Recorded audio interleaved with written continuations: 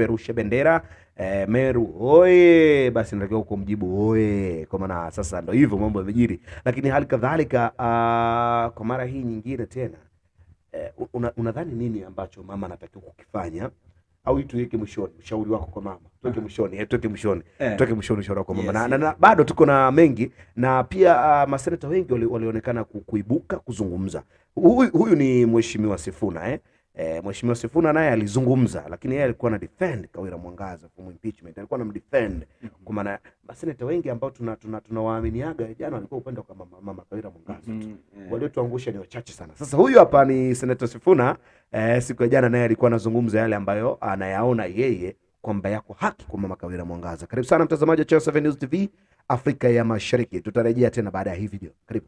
Would insist on defending this document on every occasion. Mr. Speaker, under Article 94 of this Constitution, I'm enjoined to be a protector of counties and the interests of their governments. And that is exactly what I'm going to do, whether I know anything about any of your counties, whether I have ever been there, whether I know anyone from there or not, because that is the oath that I took, Mr. Speaker. It has set a very high threshold for the removal of a governor under Article 181 on gross violation of the Constitution and the law, gross misconduct and abuse of office, or where there are serious reasons to believe that the county governor has committed a crime under national or international law. Mr. Speaker, my expectation from the county was to meet a case that demonstrates this particular standard that has been set by the Constitution. Now, there is one telling thing that came from the submissions of counsel, my good friend Thiankolu, that in fact the motivation of the MCAs does not matter. I want to try and persuade this House that motivation is everything. The reason why human beings do things is absolutely critical to the doing of those things. Mr. Speaker, because what motivation does, it sets a goal for you, and then you look for a means to get to that particular goal. We have seen the evidence that has been laid here demonstrate clearly that a decision was made that Kawira Mwangaza had to go as a governor of Meru. And then steps and plans were put in place to be able to meet that particular goal. And that is something that I cannot abide as a senator sworn to protect the interests of counties. Mr. Speaker, I want to speak to two analogies that have, been used quite extensively by the team from the county assembly. One, Mr. Speaker, is the analogy of the scorpion and the frog. I do not think anyone can ascribe the innocence of the frog in that particular analogy to the county assembly of Meru. At the very minimum, it is a scorpion being carried by a crocodile on its back, because both animals are extremely dangerous from the evidence that we have seen here. Mr. Speaker, secondly, it is this much repeated song by Shaggy called It Wasn't Me. In fact, in that particular song, council forgot that there was a collabo. There's another gentleman who's singing in that song as well. That gentleman says, I was caught live. There are photos. There is evidence. That is what we expected from the county assembly. In the evidence of the photos of this gentleman on the counter, in the shower, as the council sang, Mr. Speaker, it is difficult for me to get behind the case by the county assembly. I rest my case. Senator Keroche.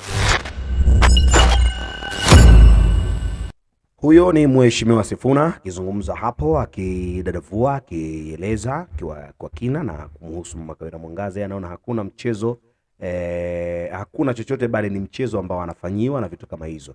Lakini haya yanajiri baada ya kabla ya kutajwa zile results.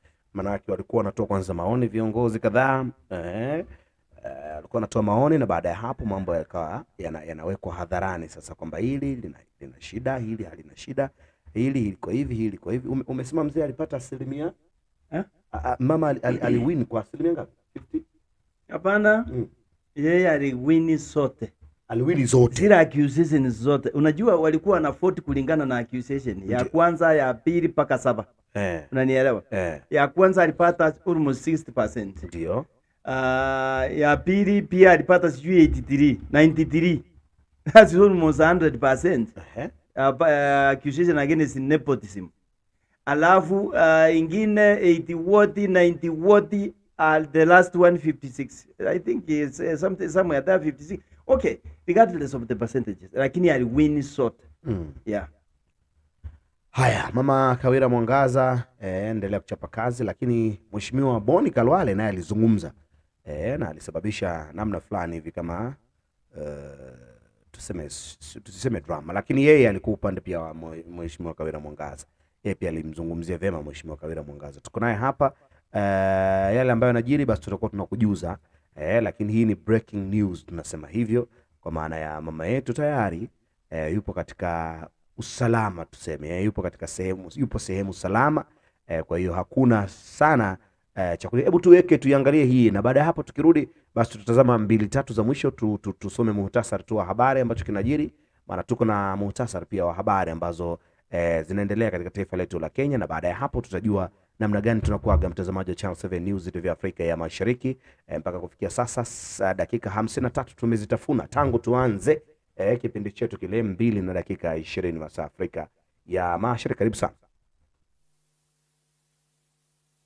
Your time is up, Senator Boni.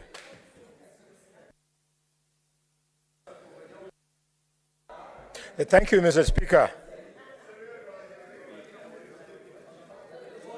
Order, honorable senators. Senator Boni, you have the floor. Thank you, Mr. Speaker, so much. Mr. Speaker, the violence, the inability for leaders to work together in Meru is not new. What is new will be how we shall manage it. It happened in Makueni. Professor Kibuda Kibwana was treated in exactly the same way that Governor Kawira Mwangaza is being treated, and he ended up being the best performing governor in the Republic of Kenya.